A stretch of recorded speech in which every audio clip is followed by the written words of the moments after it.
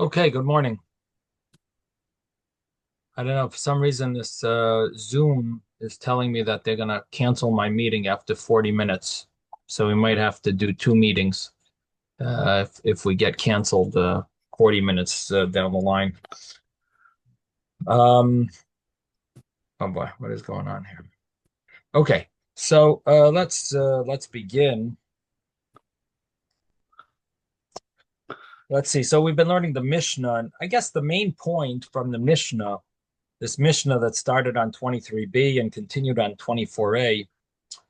The main point of the Mishnah is that anything that we can blame the woman that it's her fault, basically she loses her ksuba. But if we blame the man, if there's a reason why it's the man's fault that she's not drinking the water, the site the water, then she doesn't lose her ksuba because it's not her fault; it's his fault. And then there are a few cases where it's unclear, but the conclusion or the Mishnah's insight is that we look at it as if it's her fault. For example, in the case of Arusa and Shemeris Yavam, she can't drink the water because she's not fully married to this spouse. She's partially married. She did Kedushin. He gave her the ring, but he didn't. They didn't go under the chuppah yet. So they're not fully married. In the olden days, they used to do as two separate ceremonies, a year apart. So the bottom line is that she's not fully married. And the same thing with Shemeris Yavam. She's not fully married to this Yavam, her husband, her deceased husband's brother. She didn't get married yet. She's supposed to be married to him. There's some type of a relationship there in Torah law, but it's not, hasn't been consummated. So she's not fully married. In that case, she can't drink the water. So does she lose the ksuba, which basically is her first husband's ksuba? Meaning, if she is going to get married to the husband's brother, she will get that ksuba that's her husband's, her original husband's ksuba. If she doesn't do the yibum, no, she can't. In other words, she can't be. It's sort of like her fault that they can't do the yibum. In that case, then we would say, well, it's her fault. She loses the ksuba. But here, whose fault really is it? She It's no one's fault. I mean, he didn't do the marriage yet. It's not her fault. She wanted to get married already, let's say, and he didn't marry her yet, do the yibum. He didn't marry her yet and do the chuppah in the case of Arusa. So do we look at it as his fault, or do we look at it as her fault? Why did you transgress the warning? So the way the Mishnah understands it is it's her fault. She should not have transgressed the warning and hung out with this paramour. And because she did, we look at it as her fault, and she doesn't get the ksuba.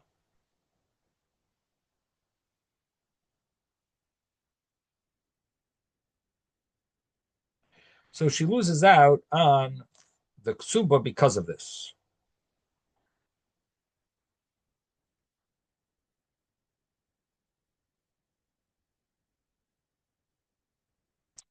Now, if you want a little more understanding, what does that mean? Why does she lose her first husband's ksuba? He died. She should get the ksuba of her husband. Husband died.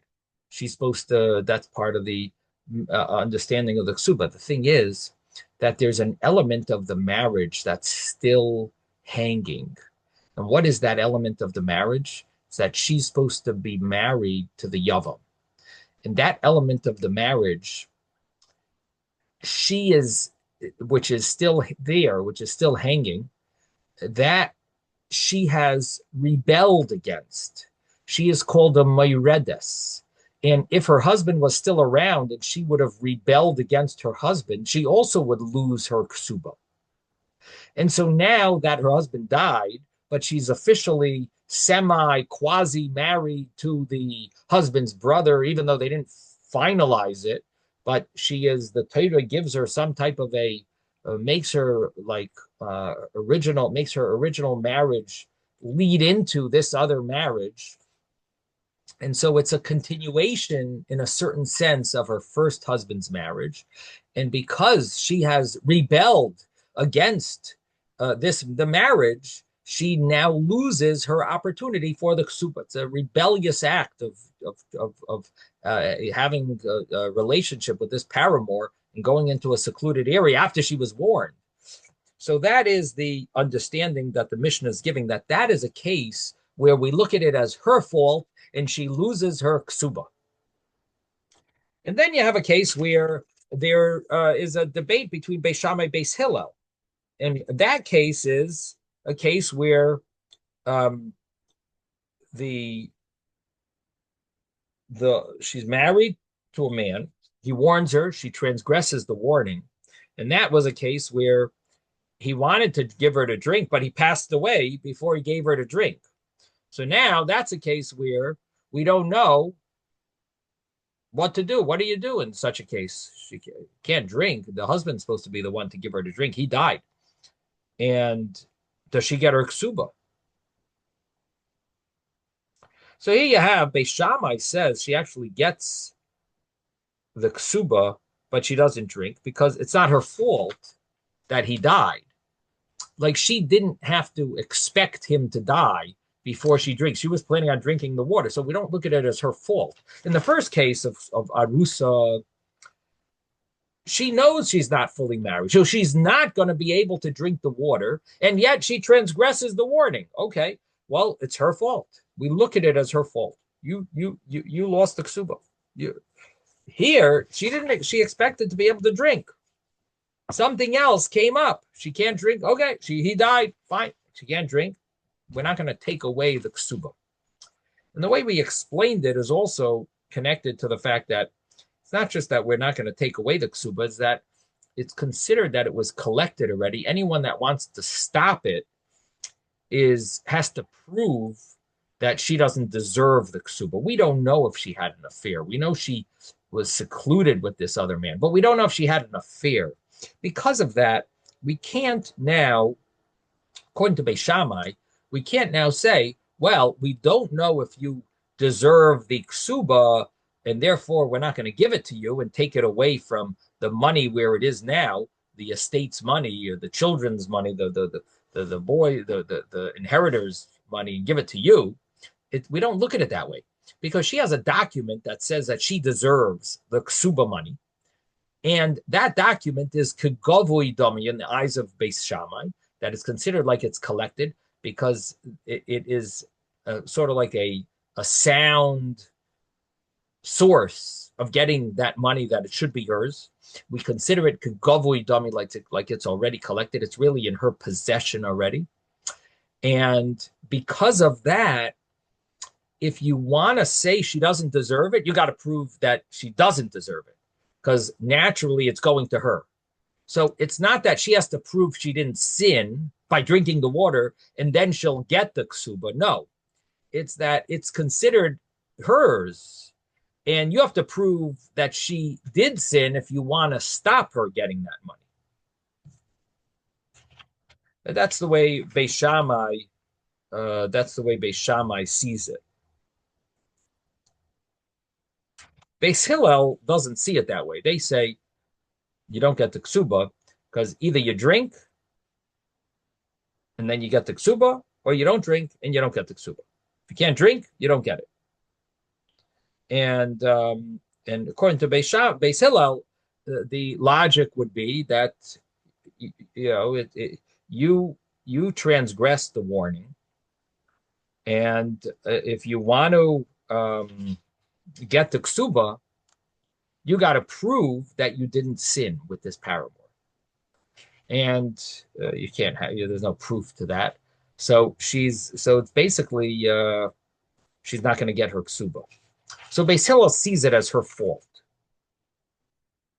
And Beis Hillel doesn't agree with that logic of kegavui dami, that we consider it as if it was collected already. Okay, now the place where we're up to is Me'uberes Chavera Yamenekes Chavera. That's where we are up to. We are on page 24a, Tractate Sota 24a. Me'uberes Chavera is probably 10 lines from the top of the page. So it says, we started talking about this yesterday, that where the woman was married before, she has a child or she's pregnant. And there is a law that the rabbis were nervous that a woman who's pregnant and a woman who has a baby should not get married for 2 years until the baby is 2 years old. The reason for that is that the baby needs milk to live. And if she gets married, so when this baby is a young baby, the baby nurses. But if she gets married, she might become pregnant, and she'll have if she's pregnant, she might not be able to nurse the baby that's born already. The baby that's 6 months old, we'll say. That baby might not be able to get milk from her because she's pregnant, and could be her body won't be able to produce enough milk for the baby and for the baby in her stomach, and for this baby that's 6 months old. So we are nervous that the baby's going to starve to death if she gets married. If she doesn't get married, she can't get pregnant. And then we don't have to worry about this issue. She has that baby, and hopefully her milk will suffice for the baby. If she gets married, we're nervous she'll get pregnant. So we don't allow such a woman to be married until after a baby is 2 years old. Now, I should mention that this is a very interesting law in practical halacha, because there is discussion nowadays. Do people nurse for 2 years? Does this law still apply? Moshe Feinstein has a whole tshuva about this, and because nowadays, or at least in his day, passed away in 1992, but in his days, he said people don't nurse that long; they nurse till 18 months, and so. Do we still have to wait? Do women still have to wait 2 years to get married, or could they wait 18 months? And so there's and it's not his own chiddush, really. It's not his own insight. The truth is, it's brought in the Chochma Shloima. I believe the Reb Shlomo Kluger has a whole discussion about this, and they seem to want to be lenient, that you don't have to wait the full 24 months. It's as long as the norm is to nurse. And for some reason, Reb Moshe, I have to look at the tshuva again, but I have to look at this Shiloh Tshuvas for Igros Moshe. But I think he comes out with a 21-month amount of time that you're stuck.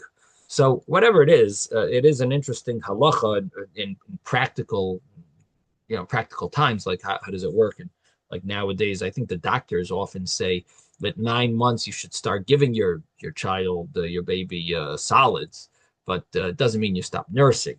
But what age do they stop nursing? I'm not sure. And maybe today people do nurse till closer to, well, no, I guess a year and a half probably. It's probably still the same as in Rav Moshe's time. Probably a year and a half. But anyway, so the Mishnah here follows the Gemara schedule of 2 years.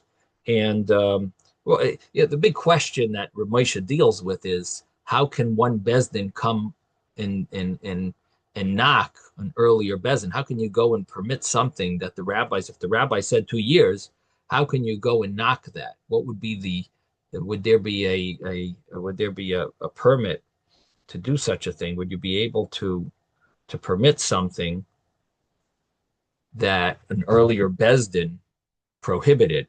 And so, to say that, well, the concept of mu'beres, very nice, that we have to wait. We're afraid something bad will happen to the baby, to the born child, and therefore we need to do something to protect his life. Fine, that's very nice that the rabbis made a decree. But the decree they made was 24 months. So how do you go and say, well, nowadays it doesn't apply, so we're going to go and permit it after 18 months? Can you do such a thing? So Reb Shlomo Kluger has a logic that, well, we're not removing the decree. We're just manipulating, tweaking a decree you could do, according to Reb Shlomo Kluger. But Reb Moshe has a kasha on it, if I remember correctly, from Tractate Megillah, that in Tractate Megillah, it says over there that they need a pasuk. The rabbis needed a pasuk to permit the Megillah on different days, even though the rabbis established it on the 14th and 15th day, and they found the pasuk Bizman Nehem. I think that you could read the Megillah Yud Aleph, Yud Beis, Yud Gimel, and the Yemei Hachnasa. So the bottom line is, he says you can't manipulate, even to manipulate the decree or to tweak it. You can't do that either. But Ramesha says, but it could be that the decree was about a minika, a woman who is nursing. So they didn't say 24 months. They said however long the norm is to nurse. So in those days, it applied to 24 months. And now we're not permitting it earlier. We're just saying this is what a manika is. A manika, a woman who nurses, is a 18-month type of person. It's not a 20, it's a 20, it's an 18-month decree. In other words, the decree wasn't an amount of time. It was the amount of, it was not limited to a certain time. It was limited to the norm of nursing. That's what the decree was. How long does nursing go for? So if that's the case, then a new Besdin could come along and say, well, today's day, science says that nursing, that statistics, I should say, statistics say that women don't nurse past 18 months. So if that's so, then the decree was only for nurses. So women who are called nursing mothers are called that term lasts for 18 months. So in any event, it's an interesting topic of the discussion. If that, to what extent does this apply today? How far do we take it? But in any event, the Mishnah mentions the 2-year, the Muberes. I mean, the Mishnah doesn't use those words, but that's the law that the Mishnah is referring to, is the 2 years, a 24-month period. Now, so the law is that what happens if a woman does marry within that time period? And then during that marriage, who she's not supposed to be married during that time period because she has a baby from another husband that's young, or she's pregnant from another husband, and so she's not supposed to be married now, and she is married, and she has a paramour. She's hanging out with some paramour. We don't know they had an affair or not, and she got warned. She was secluded, so now she's with a husband who she's not supposed to be with, and she's having potentially having an affair. Now, what happens in this case? Do we let her drink the Sota water? So the Mishnah says, "Muberes chaveiro yimenekes chaveiro." A person who is pregnant from his friend, meaning the previous husband, umenekes, or she is nursing a baby, chaveiro, from the previous husband. So in such a case, she's not supposed to be married to the second husband, and she is, and he warned her, and she went and secluded herself with some paramour. So she can't. These women cannot drink the Sota water. They don't get their ksuba that she's married to someone she's not supposed to be. Of course, it's a rabbinic decree. It's not a biblical law. She's not supposed to be married to the person on a rabbinic level. And the law is that she is not going to get her ksuba because in this scenario, according to Reb Meir, different Reb Meir, these are the words of Reb Meir, that the problem is that that she's not allowed to be married to this man. Now, let's see what Rashi over here says. Rashi says,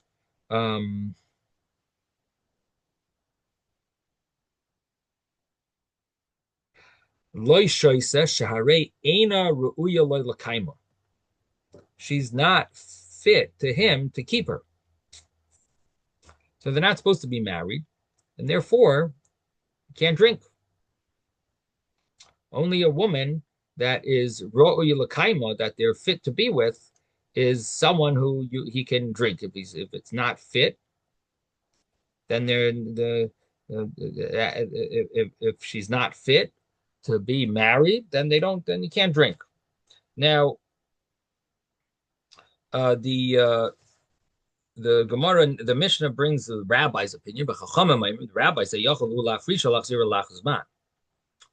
well, this is not a permanent prohibition of being married. This is a temporary problem of being married.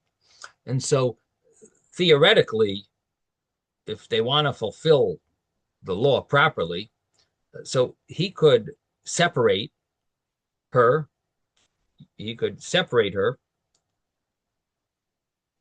this pregnant woman and this woman who's nursing her baby from a previous marriage, and pregnant from a previous marriage, could separate and ulachzira and return her to him la'achar zman, after the amount of time that the baby is nursing. In those days, it was 24 months.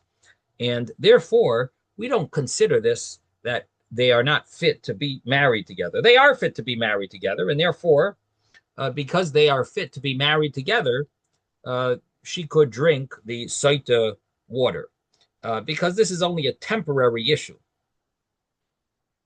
And being that it's a temporary issue, they could separate and get back together, and therefore she could drink the Sota water. Now, there comes the next case in the Mishnah. The Mishnah says islandess. An islandess is a woman who naturally cannot have children, from the word ayil, a male ram. And so she's called an islandess, where she can't conceive. She can't. She's not fit to have children. There are certain signs that a woman, certain signs that she would have that make us. There must be some English term for it, but that would give us the. Let me have an art scroll here. 1 second. Let me see what the English term, if there's an English term for us. 24a.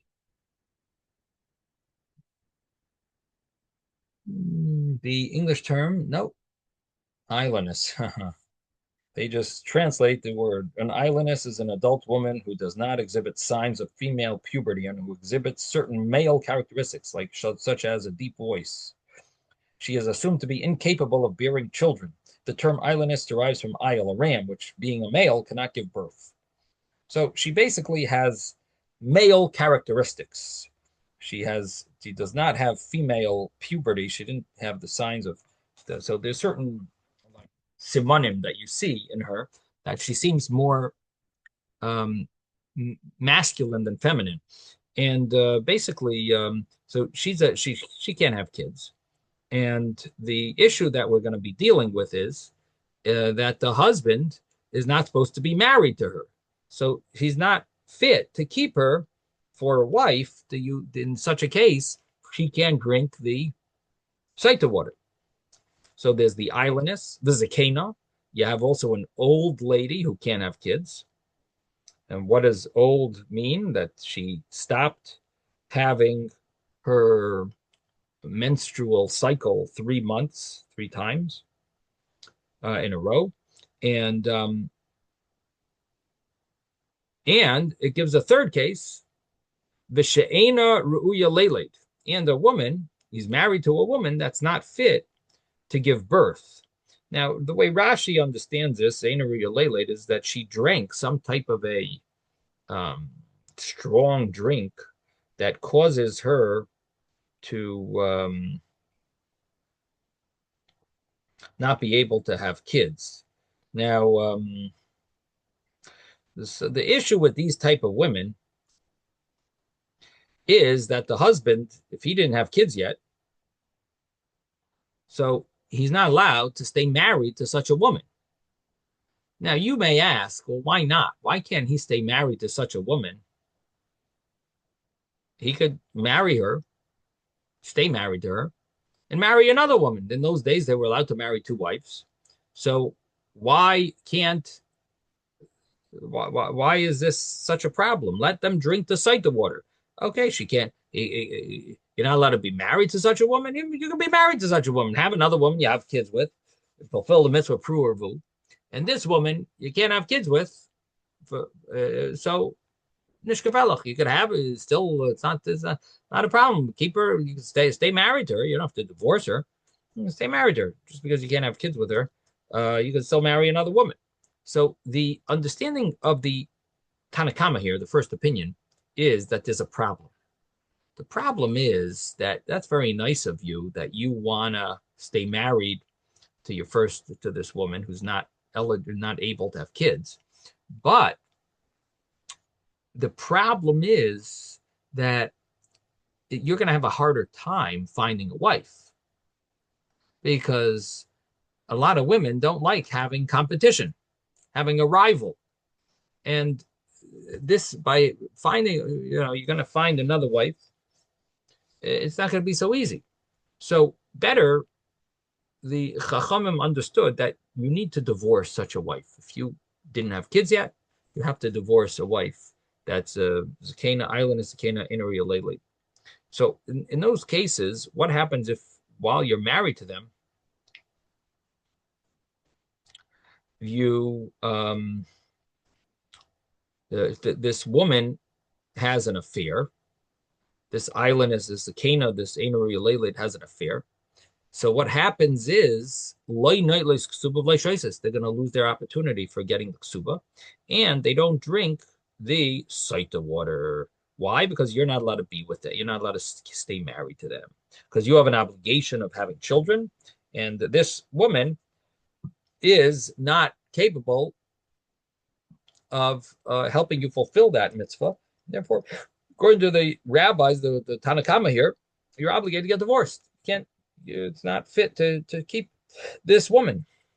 Now,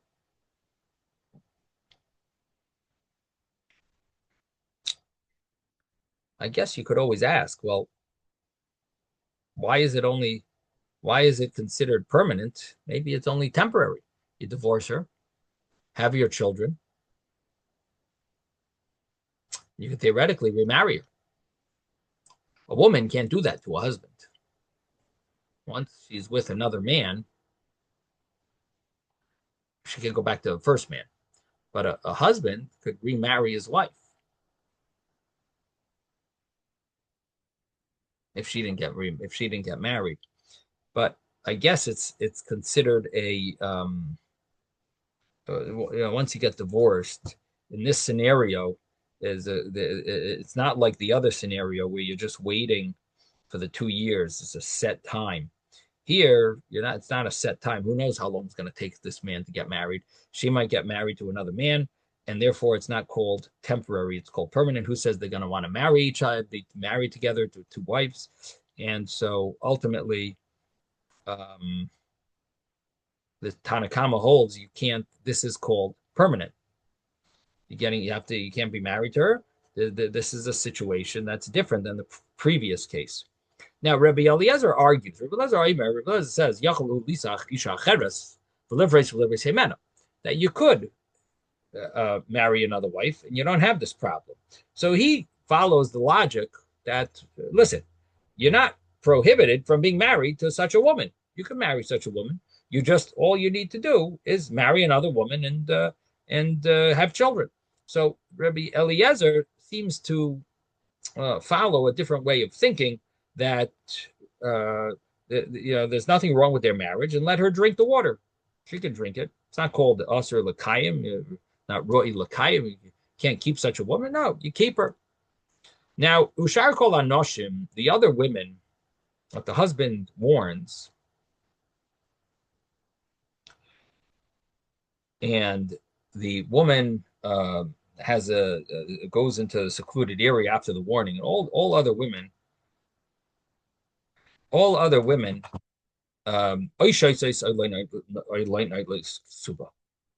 either they drink or they don't take or they don't get their ksuba. So in other words, The regular case. You either drink or if they say they refuse to drink, they're not going to get the ksuba. If they don't refuse, if they agree to drink, they will get their ksuba. I'm just going to try to upgrade this now. See if we don't have to cancel this. Let me just see if I can upgrade.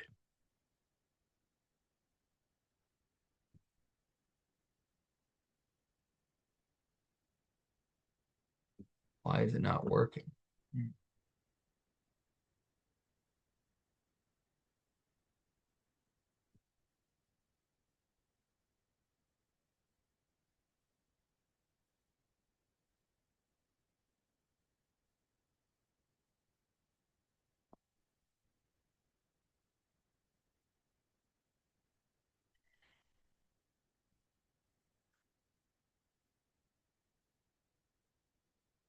Okay, can everyone hear me?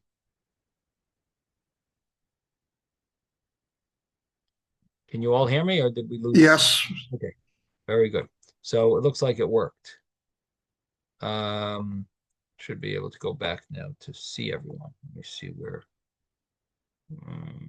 Okay, we're back. Looks like they let me upgrade.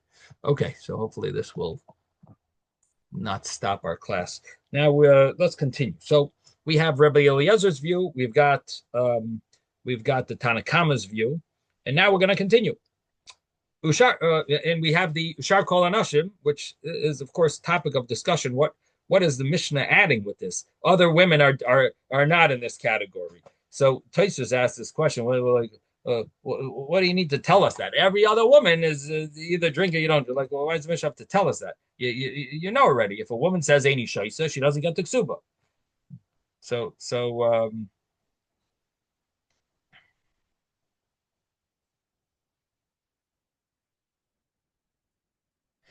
Tosfos asked this question, and maybe we'll talk about it tomorrow. But okay, the Mishnah continues and says, "Eishes koyin shoyse u'meteres l'bayla." The wife of a koyin drinks, and she is permissible to her husband. Again, here also we'll have to see. The Gemara is going to ask. Shita Rashi brings that the Gemara is going to ask. Obviously, what's of course the wife of a koyin is like every other wife that she drinks, and she will be permitted to go back to her husband. So we'll have to see in the Gemara the meaning of what the Mishnah is trying to tell us. And then you have the case of Isha Saris. So we have the opposite case of the previous cases of Islandess and Enaria Lele and Sakena. What about the husband? He's a Saris.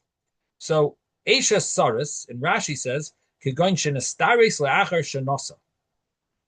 Kod Mashrivis Balaboil. Let me see what the English translates as Saris. I'm not sure how to translate it. I know what it means. Sterile, the wife of a sterile man. That's the word that he can't have kids. Now in halacha there are two types of sarises. One is a saris adam, one is a saris chama. A saris chama means he's born that way. Saris adam means he was damaged, wounded by a person. And bottom line is he can't have kids. And the term in the English is sterile. And the law is, the Mishnah says that if we're dealing with a saris that is allowed to be married, seems like he was nestaris la'achar shenosa. After they're married, he became a saris. Now, at least that's the way that's the wording that Rashi has. And of course, we'll have to talk about that, what that really means. We're going to have to see. There's a discussion about this.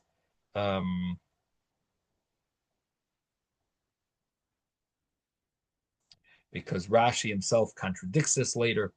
But in any event, the understanding here is that this man can't have kids, and he warned his wife, and his wife was secluded in an area. She drinks, and the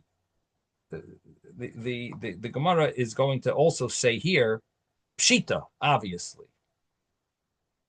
So we'll have to see what the meaning of this really is and what the chiddush, the insight is. Um, Now, Rashi does add some issue. He says that it has to be talking about that he got sick or he has this issue after he was married already, because there is another law about a Sota that the husband has to first have relations with his wife before the paramour, before the story of the paramour. And so if this paramour, is having relations first, and meaning the Aisha Sris never they didn't have relations, so then there's a exclusion in the laws of Sota for such a scenario. Now, I guess the understanding is an Aisha Sris, a man who's sterile, he can't really have relations with his wife, and therefore um, the case has to be talking about that he became sterile after he was married to her, meaning after they had relations at least once. In this way, you first had Shchivas Baal, and only afterwards did you have Shchivas Boyel. And we'll see a little about that on the next page.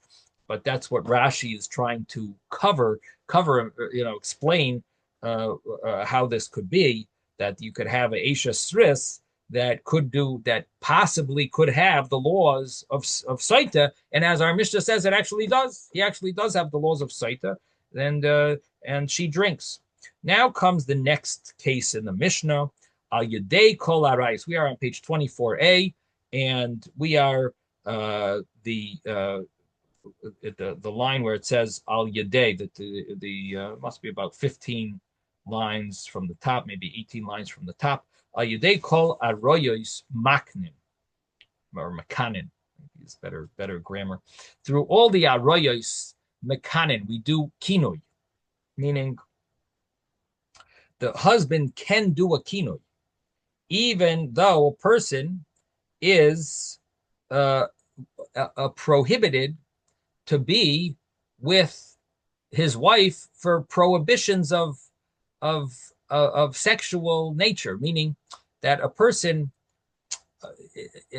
who's a relative is prohibited not only because the wife is a married woman, but someone who's a relative has a prohibition of arayus to be with his wife. Meaning, Reuven is married to Dinah. Okay, Reuven and Dinah are married, and you have someone else that's hanging out with Dinah. And the thing is that you want to warn her not to hang out with this other person. Call him Shchem. Shchem is hanging out with Dinah, and so we're going to warn Dinah, don't hang out with Shchem. And what happens? Dinah is secluded with Shchem, and you have the laws of Sota. Now, what about if Shchem is a relative?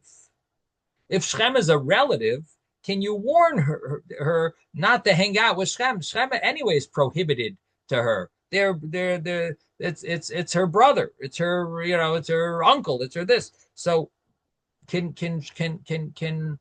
would that, well, uncle wouldn't be included. Uncle, person, a woman is allowed to marry her uncle. I shouldn't say that. It's her nephew. Nephew would be a problem. It's her nephew. Can you warn her not to be with her nephew? Can you warn her not to be with her brother? Can you, would these type of situations allow kinoi? So the Mishnah says, "Ayidei kol aroyos mekanin," that anyone who's an arayos to this woman, you could still make a kinoi and say, "Don't hang out with that person who's your brother." Chutz, except there are exclusions. Who are the exclusions? Except min hakotan, if it's a child, and umimi she'enoi ish, and an individual who's not a human, meaning like an animal. You can't make a king. Don't hang out. So don't get so friendly with that dog, with that sheep. So this would be a limit on the kinoi. That kinoi doesn't work. You can't do the laws of Saita with a person who's not an ish. Why? Because the pasuk says v'shachav ish oisa, right? A man lived with her, so the whole laws of Saita wouldn't apply if it's not an ish, if it's a katan. And also the law of misha enayish, which we'll see in the Gemara what that means. But as I mentioned, it means an animal. And now you can't warn her against the having um, an affair with an animal. That's not a key. That doesn't follow the rules of Kinoy and Stira. You can warn her. That doesn't follow the rules of Kinoy and Stira. Now, ve'elu shebezdin mekanin lahen. The Mishnah then says these following women, Bezdin warns them. They see them transgressing certain laws, certain levels of tznius, and they say, you know what? We got to warn you. And the reason is because the husband, in these cases, isn't able to warn them. And let's see what the cases are. Mishan escharish baila, the husband became deaf mute, or became crazy or fool. So he lost his, his ability uh, to be a regular person. He's became crazy, went sugar. Or the husband is locked up in a jail.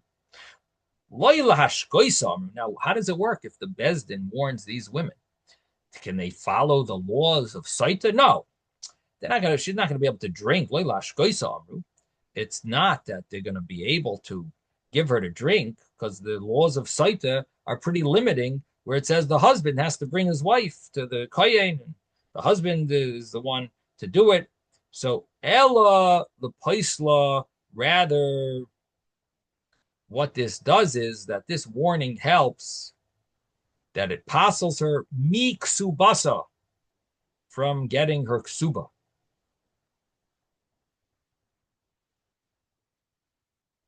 And the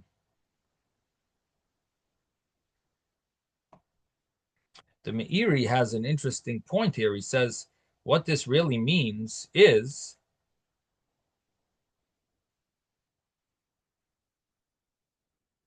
see, Rashi doesn't say it clearly. The Meiri says that this kinoi, spells it out more clear, that the kinoi actually works to prohibit her from being with her husband if she ends up getting caught. It actually accomplishes that, even though the psukim sound like the husband is doing the kinoi.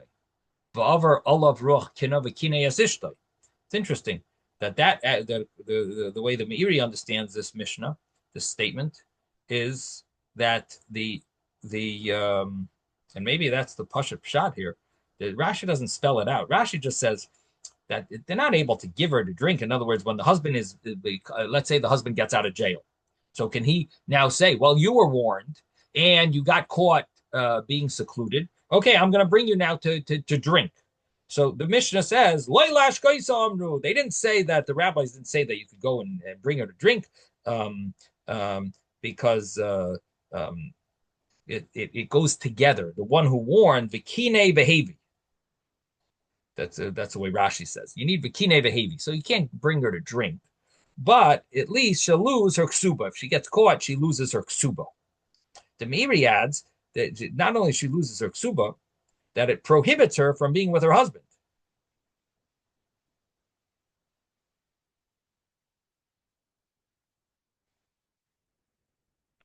I'm just wondering if Rashi would have to agree with this.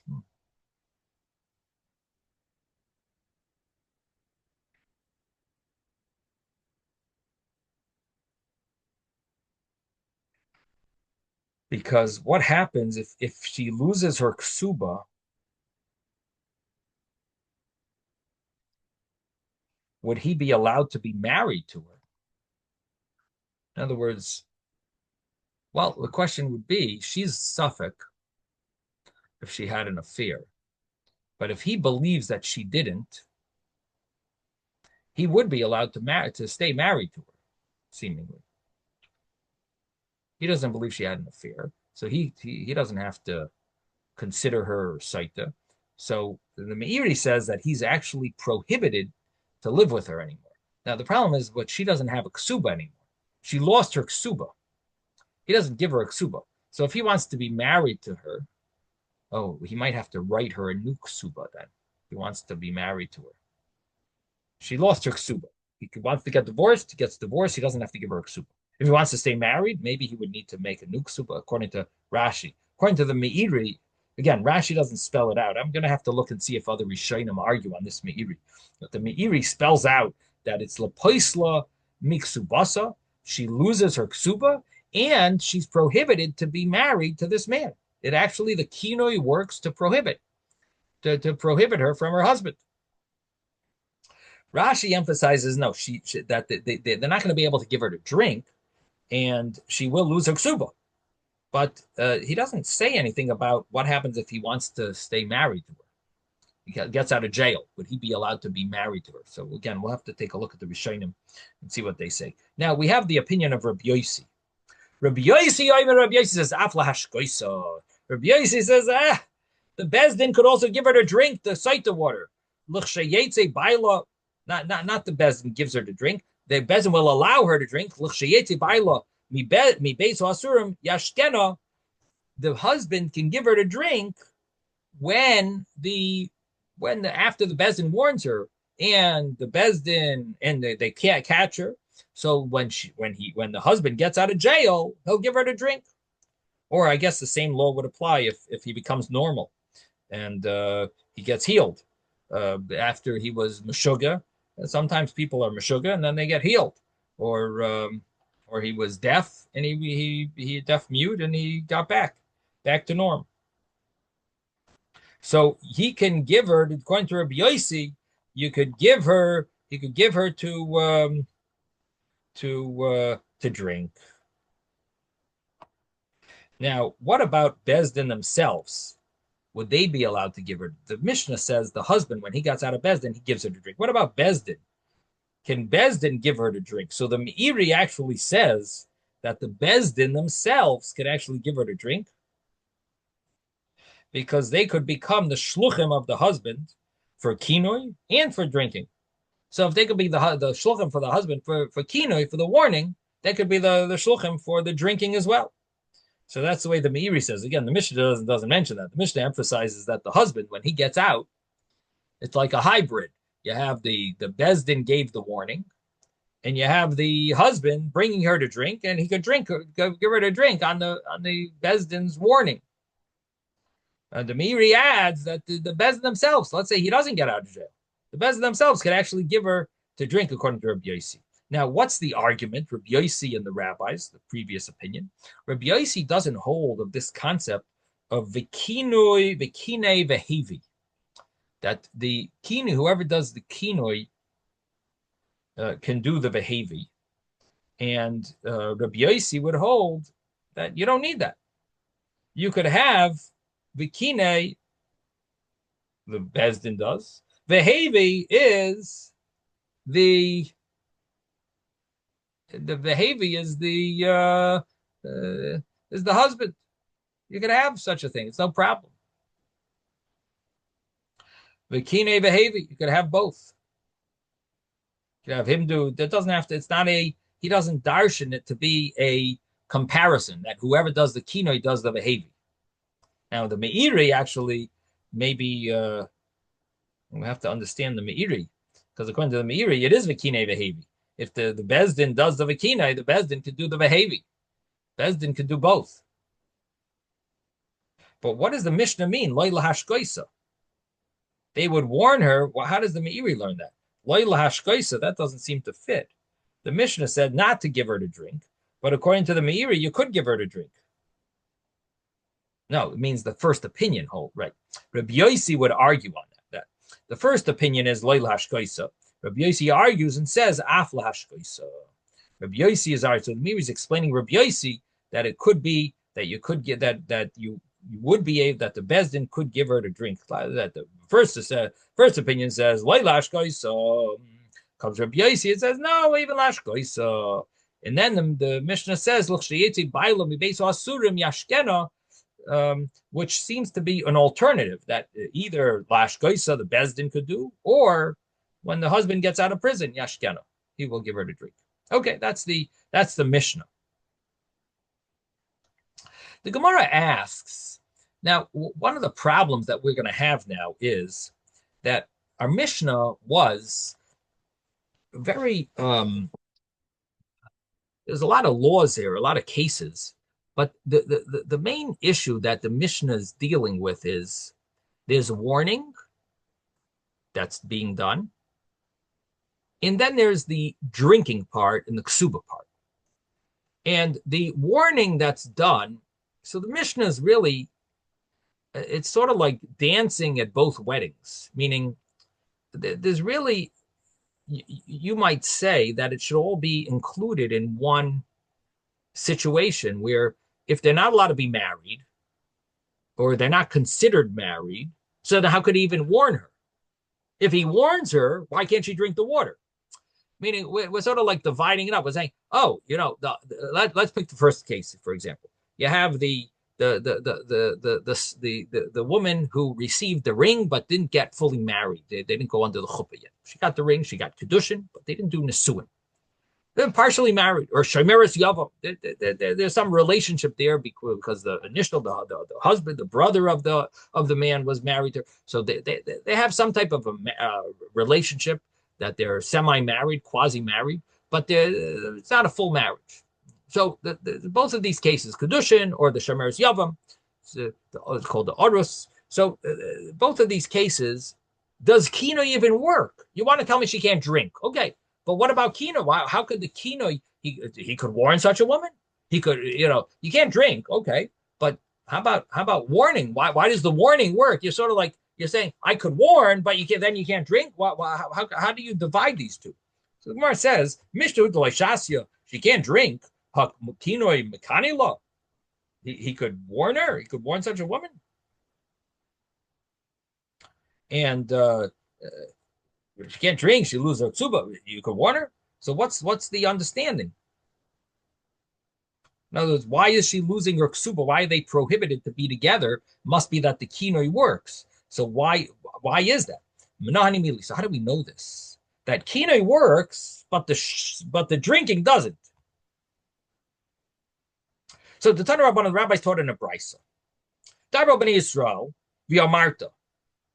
Speak to the b'nei Yisrael and say, what does the Bach say? He adds the word alehem. The Bach adds a word here, alehem, v'amarta alehem. Okay, and speak to the Bnei Israel and say to them. Now these two words are extra because it says speak to the Bnei Israel. Why does it have to say and say to them? So lerabbis, this is including. What is it including? Arusa v'shemeres yavam l'kinoi. There's an extra word in the pasuk that says they could have kinoi, that kinoi works, that they could prohibit through kinoi, that the husband warns his arusa, his half-wife, or his shemeres yavam, his half yavama, his quasi married yavama. He could warn, each of these men could warn their wife. So the how do we know that they could do that? They're not fully married, but the pasuk says v'amarta aleim. There's an extra reboy. There's an extra inclusion that allows us to include. Now umas nisin mani, and who does the Mishnah go like? That they can't drink. Rabbi Yonasan, this follows Rabbi Yonasan. The Tanya, because it was taught in a brisa, that it says tachas isheich. The pasuk says ve'at kisotis tachas isheich. You have strayed from Tuma Tachas Isheich. Say Tuma. Ba'at Kisotis. I don't have the pasuk. I'm looking for the pasuk, but I don't see it right in front of me over here. Ba'at Kisotis. So it says Tachas Isheich, that if you strayed from under your husband, and that implies that only someone who's straying from being with her husband, they drink the water, prat li arusa. That excludes an arusa who's not considered tachasi sheikh under her husband's authority.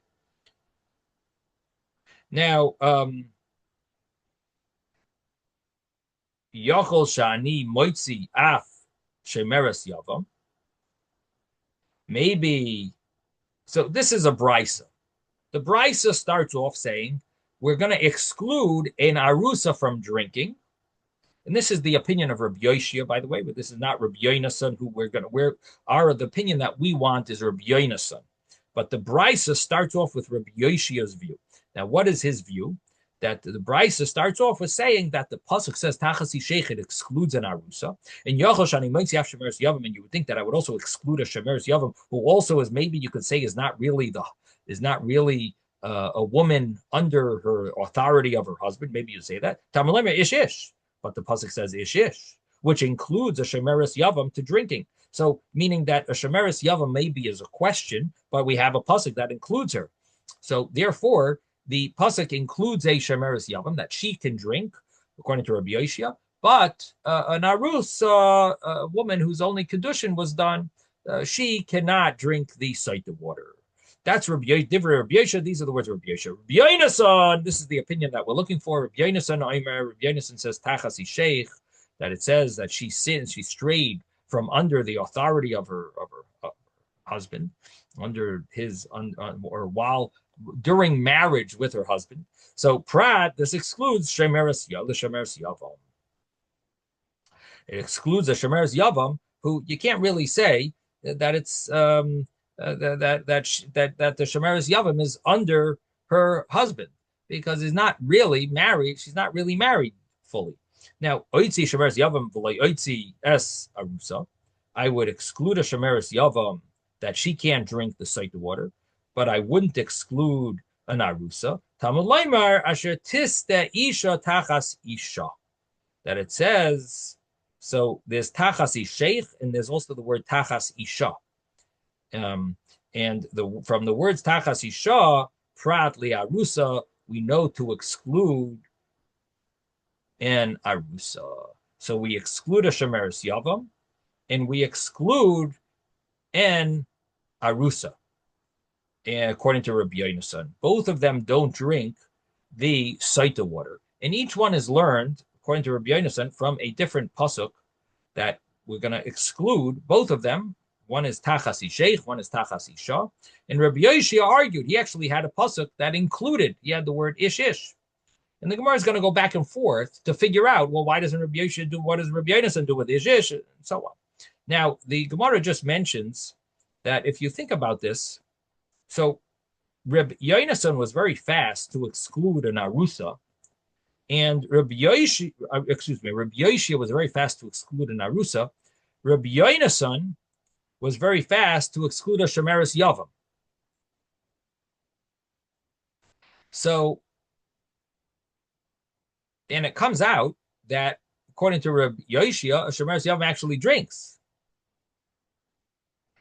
So, according to Rabbi Yoshia, it comes out that a shemeres yavam is more of a wife than an arusa, and according to Rabbi Yonason, it seems like an arusa is more of a wife than a shemeres yavam. So the Gemara is a little disturbed. Like, why would he see this one being more of a wife and that one being less, and the other rabbi sees the opposite? So the Gemara says, Mar alimale arusa. This master thinks that it's stronger. Alimale, to him it's stronger in arusa. The marriage of an arusa is a stronger marriage, meaning a woman who received the ring is stronger. The kiddushay didei, because he did this kiddushin to her. The cyclin al yodei, and there's skila if she has any affair. Umar and Rabbi Yoshia, master, referring to Rabbi Yoshia, alimale shemeres yavam. For him, it's stronger. The shemeres yavam is considered more of a isha, more of a marriage. The shemeres yavam, delay mechasra masira lechuppah, because they don't have to do any more masira lechuppah, giving over to the chuppah to have this ceremony. Rather, all they need to do is have relations. And according to the way Rashi mentions it over here is bia gradasa. Rashi says va'afilu biznus, even if they live together in like an inappropriate way, they just like having relations, she becomes his wife. And so according to Reb Yoshia, the marriage of a Yavama is basically almost there. Just all they need is having relations, and therefore it's considered a much stronger marriage. And it has something to do with the fact that the marriage to the first husband, to the brother of the deceased brother, his marriage sort of lingers on to be like part of the marriage of the husband's brother. It's somehow affects the next, like it didn't really end. It didn't fully end that marriage. And it leads right into this other marriage, which it's semi done already. Like the marriage is really done, and all they need to do is complete it. The other case, you need, according to the way Rabbi Yoshi is understanding that an arusa, she needs to you need to do a whole ceremony. Here, you don't need a whole ceremony. Just have relations. It doesn't even have to be with the right intentions. It seems even they just live together, and it's a marriage. And we'll have to see. We're going to go back and forth. We're going to stop here. Sei gesund, everyone. Have a wonderful day.